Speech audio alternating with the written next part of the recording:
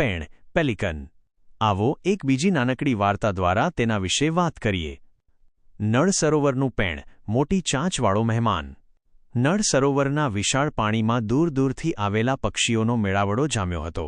તેમાં એક ખાસ મહેમાન હતો, પેણ, ગ્રેટ વ્હાઇટ પેલિકન.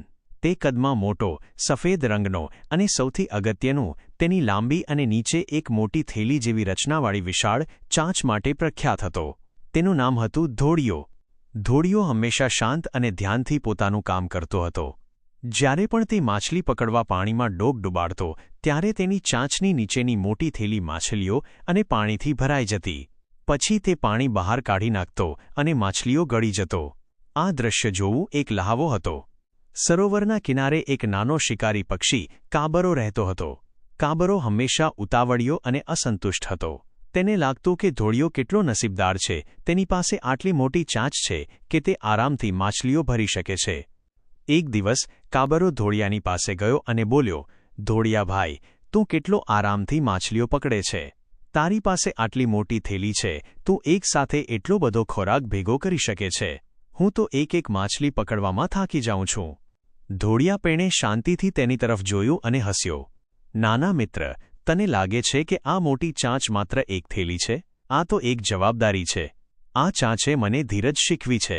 જ્યારે હું આ ચાંચને પાણીમાં ડુબાડું છું, ત્યારે હું માત્ર માછલીઓ જ નહીં, પણ આ સરોવરના પાણીની શાંતિ અને કુદરતનું સંતુલન પણ પકડું છું.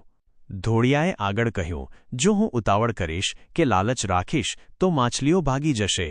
મારે શાંતિથી નિરીક્ષણ કરવું પડે છે, યોગ્ય સમયની રાહ જોવી પડે છે અને પછી જ ચોક્કસાઈથી ડૂબકી મારવી પડે છે. મારી મોટી ચાંચે મને શીખવ્યું છે કે મોટા ફાયદા માટે ધીરજ અને ચોક્કસાઈ જરૂરી છે.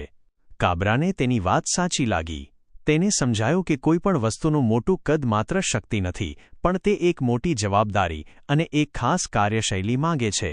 તે દિવસથી કાબરોએ પણ ઉતાવળ છોડી દીધી અને શાંતિથી શિકાર કરવાની કળા શીખવા માંડી. નળ સરોવરનું આ પેણ પેલિકન આપણને શીખવે છે કે કદ કરતાં કાર્યશૈલી અને ધીરજ વધુ મહત્વના છે.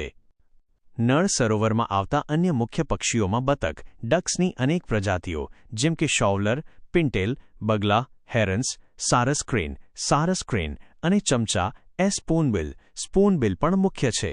શું તમે કોઈ ચોક્કસ પક્ષી વિશે વધુ જાણવા માંગો છો?